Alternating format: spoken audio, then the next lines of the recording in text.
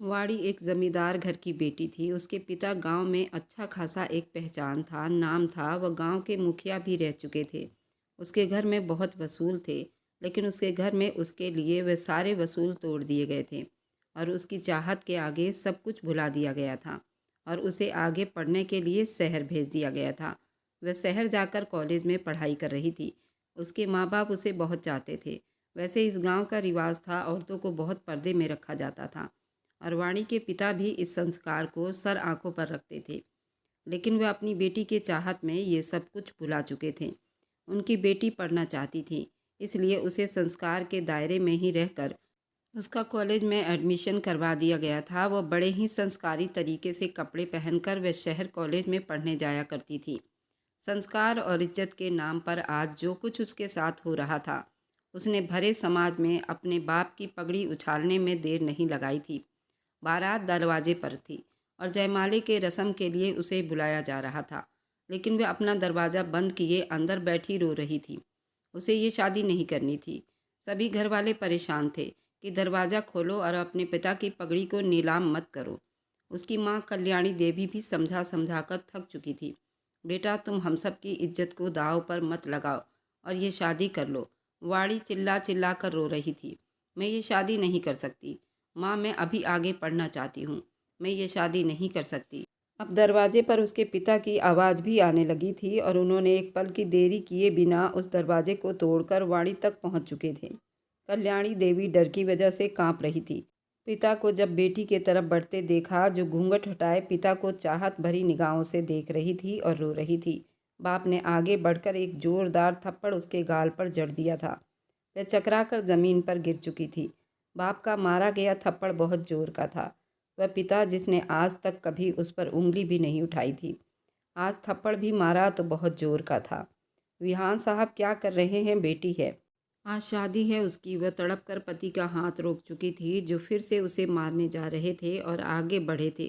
शादी नहीं, बर्बादी। आज सबके सामने इसने हमारी इज्जत को खाक में मिला दी है। यह हमारी बेटी कैसे हो सकती है? इसे मैं आज जान से मार दूंगा। वह फिर गुस्से से आगे बढ़े। कल्याणी देवी ने बड़ी मुश्किल से उन्हें रोका। आपको भगवान की कसम है, रुक जाइए, मैं समझा देती हूँ अपनी बेटी को। कल्याणी देवी ने आंसू पोंछते उनका हाथ रोका और पलटकर अपनी बेटी की तरफ बढ़ी। उसको ज़मीन से उठाया। काश कि ये समझ पाती, आज इस तरह हमारा सर ना झुका होता। अपनी घटिया हरकत के बाद भी उसको सुकून नहीं मिल रहा, जो आज ये हमारी इज्जत की धज्जियाँ उड़ाने लगी है। वे गुस्सा पीते चिल्लाकर बोले जा रहे थे कि उसी वक्त दरवाज़ा बजा। वे पलटकर दरवाजे को देखने लगे। मेरे आने तक इसे तैयार करो। किसी तरह की फिर से बदतमीजी नहीं होनी चाहिए, वरना मेरी बंदूक होगी और उसका सर होगा। वह गुस्से में बोलते हुए दरवाजे की तरफ बढ़ गए। वाणी हिचकियों से रो रही थी। मम्मी, मैं बिल्कुल बेकसूर हूँ। मुझे बदनाम किया जा रहा था। पापा क्यों नहीं सुन रहे मेरी बात? क्या उन्हें मुझ पर विश्वास नहीं? मैं ऐसा नहीं कर सकती थी। वह सारी तस्वीर झूठी थी। कल्याणी देवी के पल्लू में मुंह छुपाए वह ये सब बातें बोल बोल कर फूट फूट कर रो दी। वाणी, जो बीत गया है उसे दोबारा मत दोहराओ और शादी के लिए हाँ बोल दो बच्ची, वरना पापा के गुस्से से तुम कभी नहीं बच सकती हो। उनका तुमने हमेशा एक अलग ही रूप देखा है, पर मैं जानती हूँ वो बहुत ज़्यादा गुस्से वाले इंसान हैं। इसलिए बेटा, जब बात इज्जत पर आ जाए तो यहाँ बंदूकें निकल जाती हैं। यहाँ इज्जतों से बढ़कर जाने नहीं बेटा। इसलिए मेरी बात मान जाओ और इस शादी से मना मत करो। माँ, मुझे अभी पढ़ना है, कुछ बनना है। अभी तो कॉलेज में एडमिशन लिया था। माँ, मुझे डॉक्टर बनना है, मेरा सपना अधूरा रह जाएगा। वह रोए जा रही थी। तुम्हारी ज़िंदगी रही तो सपने पूरे होंगे ना। तुम्हारे पापा ने एक बार जो फैसला कर लिया, वो उस फैसले से पीछे नहीं हटेंगे। दरवाज़ा खुलने की आवाज़ पर कल्याणी देवी ने वाणी को बैठाते हुए उसे अच्छी तरह से घूंघट उड़ा दिया। उसने माँ का हाथ जोड़ से थाम लिया था और उसे ले जाकर उस मंडप में बिठा दिया गया था। पंडित जी ने शादी के कार्यक्रम शुरू कर दिए थे। हवन जल चुका था। सभी लोग वहां बैठे हुए थे और उसकी शादी उस मंडप में हो रही थी। वाणी चुपचाप गर्दन झुकाए अंदर ही सिसकी ले रही थी, पर उसमें बोलने की हिम्मत नहीं थी। वह अपने पिता के आगे लाचार हो गई थी और उस मंडप में मरे मरे कदमों से अनिरुद्ध के साथ फेरे ले रही थी। अनिरुद्ध का व्यक्तित्व बहुत अलग था। वहाँ सारा गांव जानता था अनिरुद्ध जिस गांव में रहते थे, उनके गांव में उनका बहुत मान सम्मान था। उनके पास भी बहुत ज़मीनें थी। वह उस जिला के अधिकारी भी रह चुके थे। एक ऐसे आदमी के नाम से ये जुड़ गई थी जिससे पूरा इलाका कांपता था, और वह था अनिरुद्ध। शादी के बाद शादी संपन्न होने के बाद सभी अपने अपने घर को जा रहे थे। कल्याणी देवी ने बेटी को अपने गले से लगाया तो वह फूट फूट कर रो दी। अब वाड़ी के अंदर एक डर पनपने लगा था। अनिरुद्ध ने अपने पिता से कहा भी था कि वह जिस मर्जी से उसकी शादी करवा दे वह तैयार है, लेकिन अनिरुद्ध से वह शादी नहीं करना चाहती थी। पूरे इलाके में अपने गुस्से और अपनी दहशत से वह मशहूर था। हर कोई उससे डर खाता था। ऐसे में वाड़ी को उस जैसे इंसान से नफरत महसूस होती थी जो लोगों पर हुक्म चलाता था, लोगों को डराए रखता था। वही आदमी उसकी ज़िंदगी में लिख दिया गया था। अपने किस्मतों से वह लड़ ना सकी और एक गलती की वजह से अनिरुद्ध को उसके किस्मत में लिख दिया गया, और एक ऐसी गलती जो उसने कभी की ही नहीं थी। लेकिन उसके पास खुद को सच्चा साबित करने के लिए कोई भी सबूत नहीं था। यहाँ तक कि पिता ने भी उस पर विश्वास न किया था। किसी और ने क्या ही करना था। माँ बाप के आशीर्वाद के तले वह घर से विदा हो गई थी। अनिरुद्ध के साथ उस घर में दाखिल हुई। अनिरुद्ध का घर इस घर से जितना ही बड़ा था। इसका बनावट बहुत ही खूबसूरत था। ये बहुत बड़ी हवेली थी, लेकिन यहाँ वाड़ी को अपना दम घुटता हुआ महसूस हो रहा था। वह जानती थी कि उसे अब सारी ज़िंदगी इस हवेली में ही घुट घुट कर जीना पड़ेगा, क्योंकि यहाँ की औरतों को बाहर निकलने की परमिशन बिल्कुल भी नहीं दी जाती थी। खुद को 7 पर्दों में ढक कर रखना पड़ता था और यहाँ की औरतों पर बहुत सारे नियम कानून बने थे, लेकिन यहाँ उसके पापा ने कभी उस पर सख्ती नहीं की थी। वे अपनी बेटी वाणी के लिए हर वसूल रीति रिवाज तोड़ते चले गए थे। यही वजह थी कि इस शहर के कॉलेज में पढ़ने के लिए भेज दिया गया था, लेकिन यह सब वाणी के लिए एक टूटा हुआ सपना साबित हुआ था। वह पढ़ना तो चाहती थी, लेकिन जो कुछ उसके साथ हुआ था उसके बाद अब वह जानती थी कि उसे किसी ने भी आगे पढ़ने नहीं देना। वह 19 साल की थी। वह सेकेंड ईयर में पढ़ रही थी। वाणी उस वक्त अपने से 8 साल बड़े अनिरुद्ध की सेज सजाकर बैठी थी। वह अनिरुद्ध जिससे पूरा गांव ही डर खाता था, आज एक ऐसी लड़की को ब्याह कर अपने साथ ले आया था जिसके किरदार पर बात आ गई थी। लेकिन ये बात अभी इतनी बाहर नहीं आई थी। इससे पहले कि ये बात फैलती, विहान साहब ने बड़ी ही चालाकी और होशियारी के साथ बेटी की इज्जत को बचाने के लिए अपने दोस्त सुदर्शन के बेटे अनिरुद्ध से अपने बेटी का रिश्ता तय कर दिया था। और दोस्त सुदर्शन जैसा हो तो किस्मत भी उस पर नाज करने लग जाती है। बेटे का बचपन का रिश्ता ख़त्म करके बेटी की शादी अपने दोस्त की बेटी वाणी से करवा दी। इस बात पर अनिरुद्ध ने घर में बात जरूरी की थी, लेकिन पिता के फैसले को वह हर हाल में निभाना चाहता था। कोई भी अनिरुद्ध के फैसले के खिलाफ नहीं जाता था, और इस सब की वजह उनका बेटा अनिरुद्ध ही था, जो पिता की इतनी इज्जत करता था। उनके लिए जान भी दे सकता था और जान ले भी सकता था। इस वक्त अनिरुद्ध हवेली में ढोल बाजों से खुशियां मनाई जा रही थी। इस परिवार का अनिरुद्ध इकलौता वारिस था और अनिरुद्ध की शादी थी। बारात तो बहुत ही सादगी से ले गए थे, लेकिन अपनी हवेली में आते ही आतिशबाजियां और हवाई फायरिंग शुरू हो गई थी। वह अपनी ताकत को दिखाना चाहते थे। अनिरुद्ध के परिवार का खास बेटा था। वह दुल्हन बनी जेवरात से लदी पूरा घूंघट निकाले बड़ी मुश्किल से अपने कदम हवेली में रखते आगे बढ़ रही थी, जो देखने में तो बहुत खूबसूरत थी, लेकिन वाणी के लिए ये सिर्फ एक कैद खाना था। नारकली को तो दीवार में चुनवा दिया गया था, पर इसे इस हवेली में लाकर कैद कर दिया गया था। बड़े से हॉल से कमरे में उसे ले जाते बिठा दिया गया था। खानदानी कामदार खूबसूरत से शॉल को हटाकर उसे दादी के पास बिठाया गया था। अब इस परिवार की रस्म हो रही थी। हर कोई घर आए दुल्हन का घूंघट उलट कर देखती थी। उसे मिठाई या केक खिलाकर पीछे हट जाती थी। जो भी उसे देखता उस कमसिन दुल्हन की तारीफ किए बिना नहीं जाता था। एक लड़की जो उस मुँह दिखाई के रस्म में आई थी, वह 23 साल की दिव्या थी। वह अपने आंखों में आंसू लिए आगे बढ़ रही थी। वह सादगी में बिना मेकअप के, उसका चेहरा कमाल का ही लग रहा था। काली सिफोन की साड़ी में वह कोई और नहीं, अनिरुद्ध की बचपन की मंगेतर थी। उसके साथ हुए मंगनी को ख़त्म करके दूसरे परिवार की बेटी को हवेली की बहू बनाकर लाया गया था, और उसे तो बचपन से कह दिया गया कि अनिरुद्ध ही उसके जिस्म और हुस्न का मालिक है। आज किस तरह उसे अपना दामन छुड़ाकर दूर हो गया था कि पता भी न चला। दिव्या ने वाणी का जरा सा घूंघट हटाकर उसका चेहरा देखा तो एक पल को जख्मी सी मुस्कुराई थी। वह बहुत खूबसूरत थी। उसकी भी खूबसूरती में कोई जवाब नहीं था। एक बार जो भी देखता वह बार बार देखने की चाहत जरूर करता। अनिरुद्ध, तुम्हें इस खूबसूरत हसीना को तो 7 पर्दों में छुपा कर रखना पड़ेगा। उसके मुंह में मिठाई का छोटा सा टुकड़ा डालते उस छोटी सी छुई मुई लड़की की आंखों में आंसू देखकर वह बिल्कुल हैरान थी। ये लड़की आंसू क्यों बहा रही है? इसको तो अनिरुद्ध जैसा जवान खूबसूरत आदमी मिल गया है उसके चेहरे पर तो खुशी की लहर होनी चाहिए। फिर ये आंसू? दिव्या ने उसके गाल से आंसू अपनी उंगली से उठाया तो वाणी ने एक नज़र उसे देखा। वह खूबसूरत ब्लू आंखों वाली दिव्या के दिल में उन आंखों के लिए अजीब सी जलन पैदा हुई थी। उसकी आंखें बेहद खूबसूरत थी। दिव्या, बस करो, तुम्हारा रस्म हो गया तो जाओ, क्यों नज़र लगा रही हो हमारी बहू को? दादी ने उसका मजाक बनाते कहा, जबकि दिव्या चुप करके पीछे हट गई। थोड़ी देर के बाद वाणी को अनिरुद्ध के बड़े से कमरे में पहुंचा दिया गया था। वह दिल थामे गोल जहाज जैसे बिस्तर पर अपना लहंगा संभालते बैठी थी। यहाँ रिश्तेदार में आई लड़की ने उसकी खूब तारीफ की। उसके आंखों को देखा जिसमें आंसू से उसके मेकअप खराब हो चुके थे। वहाँ दोबारा से हल्का सा मेकअप का टचिंग दे दिया। भाभी, आप बहुत ही प्यारी है, लेकिन प्लीज़ अब नहीं रोना, वरना आंखों का मेकअप खराब हो जाना है। वह जैसे उससे विनती कर रही थी। वाणी ने अपने आंसू टिश्यू पेपर से पोंछे। उसे यूं महसूस हो रहा था जैसे उसकी बलि दी जा रही हो, और बलि देने से पहले उसे सजाया संवारा भी तो जाता है। वाणी के दिल में एक टीस सी उठी थी। अच्छा, आपको कुछ चाहिए तो नहीं? मैं नौकरानी से कहकर मंगवा देती हूँ। वह लड़की मेकअप का सामान उठाते जल्दी से बोली। वाणी को अपने गले में कांटे चुभते हुए महसूस हो रहे थे।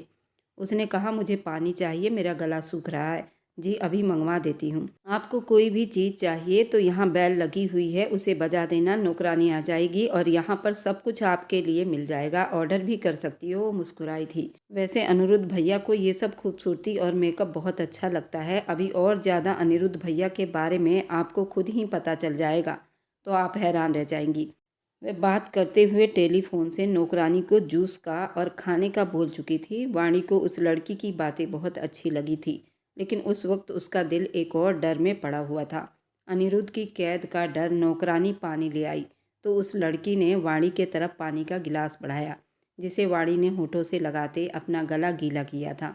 अच्छा भाभी, अब आप रेस्ट करो, किसी भी चीज़ की ज़रूरत हो मैं फिर बता रही हूँ, यहाँ सब कुछ मौजूद है, सिर्फ बेल बजानी है, ठीक है? वो मुस्कुराते हुए कहती बाहर निकल गई। वाणी ने एक बार पूरे घर को निगाह घुमाकर देखा था। यहाँ सब कुछ बहुत प्यारा था। वह कोई आम कमरा तो नहीं लग रहा था। वाणी को वह एक राजकुमार का ही कमरा लग रहा था, जो ब्लैक और वाइट कलर से खूबसूरत डिजाइन से उसे सजाया गया था, और उसकी खूबसूरती से अनिरुद्ध के व्यक्तित्व और ताकत का पता लगाया जा सकता था। कमरे का डिजाइन और छत का डिजाइन बहुत ही खूबसूरत था और डिसेंट था। कमरे के बीच में एक बड़ा सा झूमर था। झूमर का डिजाइन बेहद खूबसूरत था। उस कमरे के बीचों बीच नरम और खूबसूरत तकिया रखे गए थे। एक तरफ बड़ी खिड़कियां थी, जिसे बाहर का मंजर साफ दिखता था। उनके पर्दे काले रंग में थे, जो कमरे के अंदर के माहौल को और ज़्यादा खूबसूरत बनाता था। वाणी का दिल बुरी तरह से धड़का। फर्श पर महंगा कारपेट था। ड्रेसिंग टेबल की जगह पर अलग अलग महंगे परफ्यूम रखे गए थे। उसके पास ही एक चेयर रखी गई थी। कमरे के छत पर एक शानदार चमकता झूमर लटक रहा था, जो कमरे को बहुत ही ज़्यादा खूबसूरत बना रहा था। ऐसा लगता था ये डिज़ाइन यहाँ के कारीगर बना ही नहीं सकते, और बहुत ही खूबसूरत महसूस होता था, जो अपने परिवार का इकलौता वारिस होने के बदौलत उसे सबसे अलग बनाता था। वह काफ़ी देर यूं ही बेड से टेक लगाकर बैठी रही। धीरे धीरे अनिरुद्ध का डर उसके दिमाग से निकलता जा रहा था। जो भी था, उसके पिता ने कुछ सोच समझ कर ही अनिरुद्ध से उसकी शादी की होगी। जरूर ये उसे कोई नुकसान नहीं पहुंचाएगा, ऐसा वह सोच रही थी। दरवाज़ा जैसे ही खुला, वह सीधे होते अपना घूंघट वापस चेहरे पर डाल गई। अनिरुद्ध ने कमरे में दाखिल होते ही दरवाजे को लॉक लगाया। उस वक्त उसका दिमाग धीरे धीरे डर में फिर से चला गया। एक तो ये ज़बरदस्ती की शादी, ऊपर से दिव्या ने अच्छा खासा उसका दिमाग घुमाया था। कमरे में आते बिस्तर के बीचों बीच घूंघट निकालकर बैठी दुल्हन उसकी धर्मपत्नी थी। अनिरुद्ध खुद भी बहुत हैंडसम था। वह जब वाणी के कमरे में आ रहा था, रास्ते में उसे दिव्या मिली थी। तुमने दिव्या जैसी मोहब्बत करने वाली लड़की को छोड़ दिया, लेकिन तुम्हारी पत्नी वाणी का करैक्टर मैंने सुना है ठीक नहीं। खबरदार, जो अनिरुद्ध की पत्नी के बारे में एक भी गलत शब्द कहा तो जिंदा ज़मीन में गाड़ दूंगा। वह बहुत गुस्से की हालत में उसका गला दबाते बोला। दिव्या को लगा कि वह अब सांस नहीं ले पाएगी, लेकिन खुद पर सब्र करते अनिरुद्ध ने उसका गला छोड़ दिया था। वह खांसती हुई बाहर के दरवाजे से जा लगी। आइंदा जुबान को लगाम देकर बात करना। अपने इस छोटे से दिमाग में बैठा लो कि अनिरुद्ध की पत्नी के बारे में तुम्हें सोच समझकर बोलना होगा, समझी तुम? वह अपने माथे पर आए बालों को सीधा करते अपने कमरे की तरफ बढ़ गया था। दिल में एक पल को जज्बात जागे थे, लेकिन कुछ पल पहले कहे गए दिव्या के शब्द उसके दिमाग में हथौड़े की तरह बरस रहे थे। वह तो बेड की तरफ जाने के बजाय सोफे की तरफ बढ़ गया। शेरवानी उतारकर एक तरफ रख कर अपनी कमीज के ऊपर बटन खोलने लगा। वह अब टांग पर टांग जमाए सोफे पर बैठा सामने अपनी दुल्हन को देखने लगा। घूंघट हटाओ, वह बहुत ही गुस्से में बोला था। एक पल वाणी का दिल सिकुड़कर गले में आ गया। उस आदमी की कड़कदार आवाज़ पर वाणी थर-थर काँपने लगी थी। सुनाई नहीं दे रहा मैं क्या कह रहा हूँ? हटाओ अपना घूंघट। अब की बार अनिरुद्ध ऊंची आवाज़ में दहाड़ा तो अगले ही पल वाणी ने अपना घूंघट उलट दिया। एक पल को अनिरुद्ध तो बिल्कुल सुन ही रह गया था। इतना खूबसूरत और मासूम सा हुस्न देखकर उसकी एक हार्ट बीट मिस हुई थी। उसकी पलकें झुकी हुई थी। उसकी गहरी भूरे रंग की आंखें देखकर शायद उसी में गुम हो जाता। यहाँ आओ। अब की बार आवाज़ धीमी थी, लेकिन बड़े ही घमंड में उसके शब्द निकल रहे थे। वाणी धीरे से उठती हुई उसके पास आ गई, जबकि उसका सर अभी भी झुका हुआ था। जूते उतारो मेरे। वह सिगरेट निकालकर उसको जलाते अपने होंठ पर रखते अगला हुक्म सुना गया। अब की बार वाणी ने अपनी पलकें उठाती। उन पलकों की उठने की देरी थी कि अनिरुद्ध अपना दिल हार गया था। उसके दिल की धड़कन बहुत तेज हो रही थी। वह खूबसूरती का तूफान थी। वाणी को अनिरुद्ध की आंखों में गुस्सा दिखाई दिया था, जिससे वह डरती जल्दी नीचे बैठी थी। उसके पाँव को छूती उसके शेरवानी के कामदार जूते को निकालना चाहा तो अनिरुद्ध ने जल्दी से अपने पाँव पीछे खींच लिए। वह बहुत मासूम थी। उसके चेहरे पर, उसकी आंखों में बहुत ही मासूमियत झलक रही थी। तो क्या वह तस्वीर जिनका चर्चा अनिरुद्ध ने होने से रोका था, अब झूठी साबित हो रही थी? उसके पांव पीछे हटाने पर उसने फिर से अनिरुद्ध की तरफ पलकें उठाकर देखा। यहाँ ऊपर बैठो। अनिरुद्ध ने उसके अपने पास सोफे पर ही बिठाया। वह डरते डरते उसके पास एक तरफ टिक गई। अनिरुद्ध ने सिगरेट का एक और धुआं छोड़ते उसकी तरफ गहरी निगाहों से देखा। 19 साल की हो? पहला सवाल पूछा गया था। वाणी ने हाँ में सिर हिलाया। अब जो भी मैं पूछूंगा मुझे उसका जवाब तुम्हारे जुबान से चाहिए। जिन तस्वीरों का चर्चा हुआ था उन तस्वीरों के बारे में तुम्हारा क्या कहना है? वह सिगरेट को ट्रे में मसलते हुए अब उसकी तरफ मुड़ गया। वह झूठी तस्वीर थी, आधी अधूरी बात नहीं। मुझे पूरी बात पता करनी है और सारी बात तुम बताओगी। अनिरुद्ध ने गुस्से में कहा तो वाणी ने अपनी आंखों से आंसुओं को पोंछा। पापा ने मेरे अच्छे नंबर आने पर मुझे कॉलेज में एडमिशन दिलवाया था। मैं डॉक्टर बनना चाहती थी। मेरी इच्छा की वजह से उन्होंने मुझे बिल्कुल रीति रिवाज और उस गांव के संस्कार से बिल्कुल अलग मेडिकल में एडमिशन दिलवाया था। लेकिन मैं डॉक्टर नहीं बन सकी। वो मेनका कहते अचानक से एक पल के लिए दिमाग में उसको अपनी दोस्त का ख्याल आने लगा था। कौन मेनका? बोलो। अनिरुद्ध ने उसे हौसला दिया। अनिरुद्ध का नरम शब्द महसूस करते वाणी ने और ज़्यादा बोलने की ठान ली। मेनका मेरी कॉलेज की दोस्त है। उसने मेरी तस्वीर खींची थी, लेकिन उसमें मैं और थी और उसकी बर्थडे पार्टी की थी वह तस्वीर भी। और उसने अपने मोबाइल में मेरी और खुद की तस्वीर खींची तो मुझे नहीं पता था कि वह तस्वीरों के साथ क्या करने वाली है। उसने मेरी तस्वीर किसी और लड़के के साथ जोड़ दिया था। वह मैं नहीं हूँ। वो मेरी तस्वीर नहीं है। वह झूठी तस्वीर है। मेरे पापा ने मेरा विश्वास नहीं किया। वाणी सारी बात बताते हिचकियों से रो पड़ी थी। अनिरुद्ध को शिकायत लगा रही थी। उन्होंने मुझे थप्पड़ मारा, बहुत जोर का थप्पड़ मारा था। मैं शादी नहीं करना चाहती थी। मेरे पापा ने मुझ पर कभी उंगली भी ना उठाई थी और आज उन्होंने मुझे थप्पड़ मारा था। मेरी पढ़ाई बंद करवा दी। अब मैं कभी नहीं पढ़ पाऊंगी। मेरी शादी करवा दी। पापा ने कहा कि वह अनिरुद्ध बहुत गुस्से वाला है। वह तुम्हें वही सीधा करेगा। जो भी मैंने किया है उसकी सज़ा तो अनिरुद्ध देगा। मैं कसम खाती हूँ मैंने कुछ गलत नहीं किया। मुझे नहीं पता ये सब कुछ मेनका ने क्यों किया। प्लीज़ मेरा विश्वास कीजिए, मैं सच कह रही हूँ। अब की बार वह अनिरुद्ध के आगे अपने हाथ जोड़ गई। अनिरुद्ध उसके नाजुक हाथों को देखते हुए होश की दुनिया में वापस आया था। उसके हाथ नीचे कर दिए। ठीक है, मैं खुद पता लगा लूँगा सच और झूठ का। अनिरुद्ध अपनी जगह से उठ खड़ा हुआ। उसके पीछे वह भी उठ खड़ी हुई। उसने अपने होंठ काटते उसे समझ नहीं आई उसने क्यों अनिरुद्ध के आगे अपने दिल की फीलिंग खोल दी थी। एक नज़र मुड़कर अनिरुद्ध ने वाणी की तरफ देखा। चेंज करना चाहती हो तो कर लो, वाणी को कहते हुए खुद ड्रेसिंग रूम की तरफ बढ़ गया, जबकि वाणी ने भगवान का धन्यवाद कहते सबसे पहले अपने दुपट्टे को अलग उठाकर रखा। सच में वो बहुत भारी था। बड़ी मुश्किल से उसे उतार पाई थी। फिर अपने गले में पहने खूबसूरत हीरो का चोकर उतारकर, जिनके पहनने से उसका गला हल्का हल्का सा लाल पड़ गया था, गले में पहना नौलखा हार भी उसने उतार कर ड्रेसिंग टेबल पर रखा। बारी बारी सारे जेवर उतारे थे। अब की बार उसने अपना डीप गले वाला अजीब सा लहंगे का ब्लाउज, जो जेवर पहनने से छुप गया था, लेकिन अब पूरा उसके जिस्म को दिखा रहा था। गला पीछे करके खींचती तो फिर वापस आगे की तरफ झुक जाता था। हे भगवान! ये कैसा लहंगा था और कैसा ब्लाउज है। उस वक्त तो मुझे समझ नहीं आया ये कितना बुरा सा लग रहा है। इस ब्लाउज से मेरा सारा जिस्म दिख रहा है, कुछ भी तो नहीं छुपा।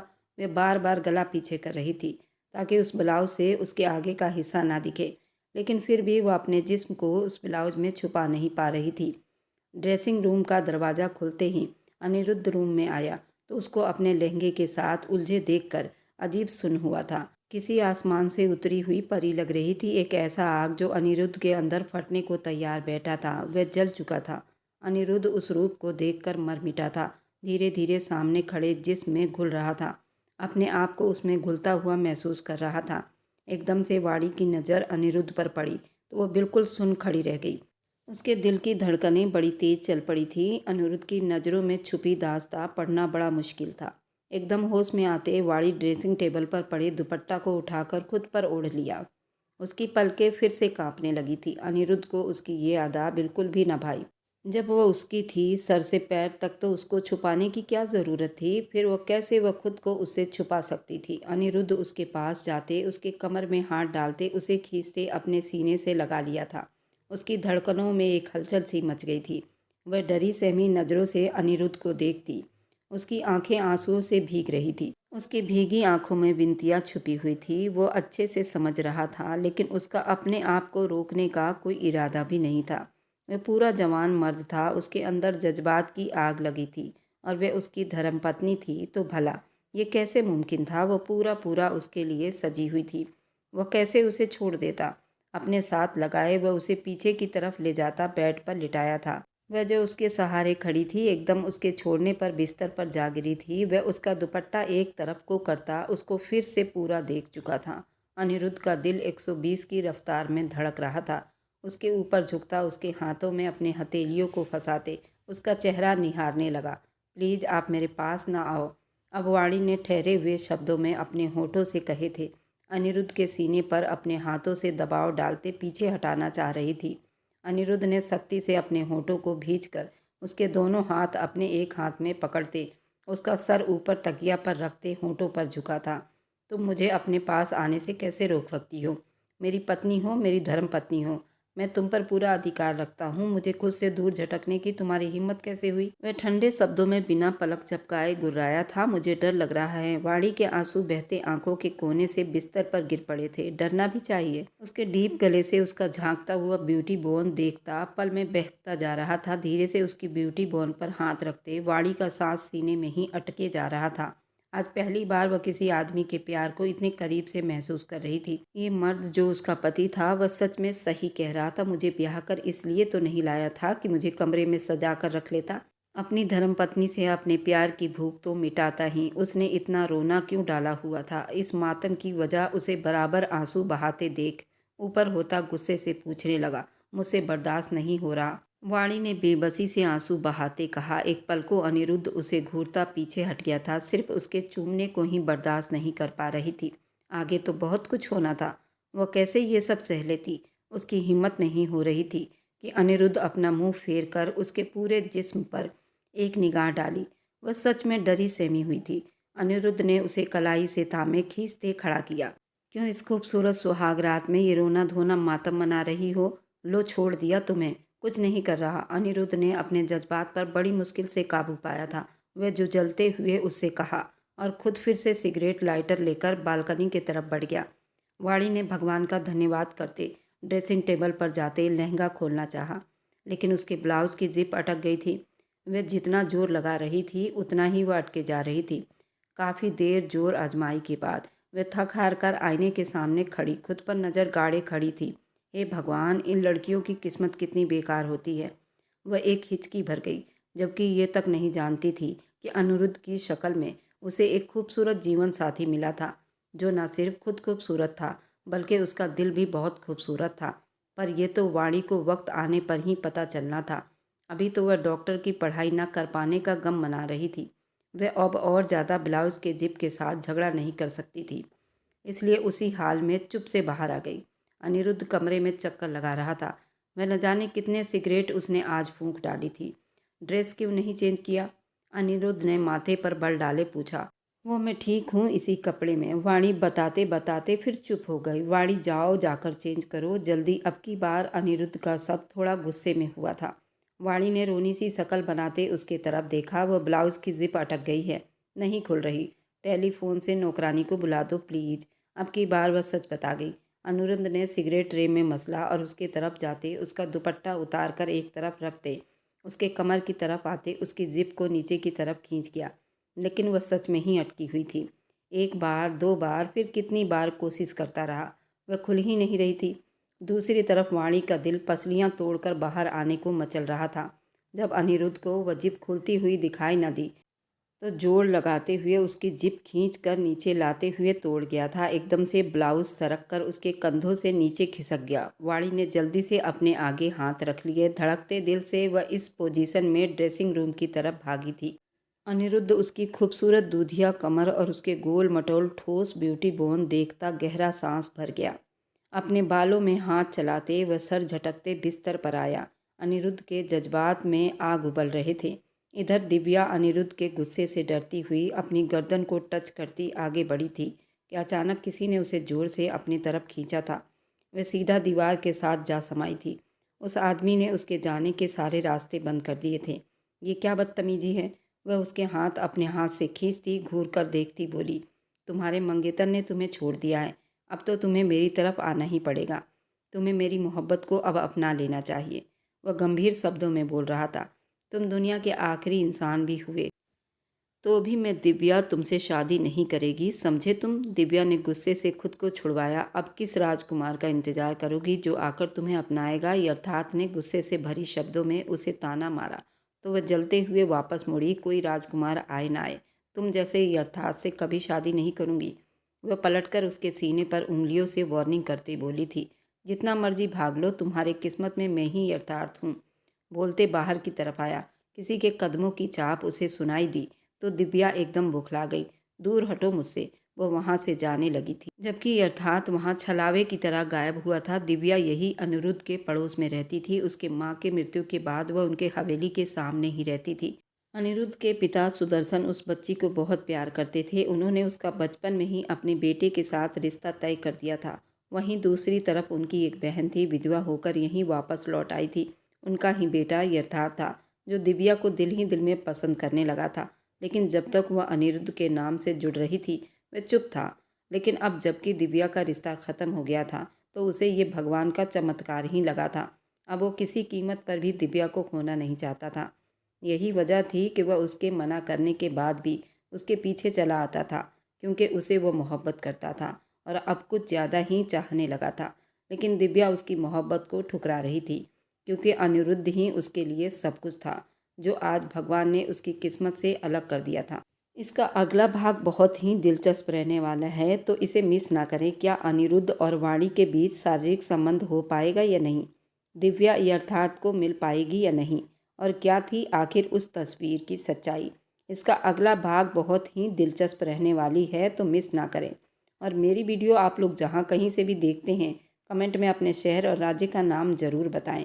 मुझे आप लोगों के कमेंट पढ़ने में बहुत आनंद आता है और मैं उन सभी का बहुत बहुत धन्यवाद करना चाहती हूँ जो लोग मेरी वीडियो को देखते हैं, लाइक करते हैं और शेयर करते हैं। अगर आपको आज की कहानी पसंद आई है तो वीडियो को ज़रूर लाइक कीजिएगा और अपने दोस्तों के साथ शेयर भी कीजिएगा। और हाँ, अगर आपने अभी तक हमारे चैनल को सब्सक्राइब नहीं किया है तो ज़रूर सब्सक्राइब कर लें। मिलते हैं हम कल की एक और नई दिलचस्प कहानी के साथ। मुझ पर सदा अपना प्यार और स्नेह बनाए रखें। सभी को मेरा प्यार भरा नमस्कार दोस्तों। खुश रहें, स्वस्थ रहें, मस्त रहें।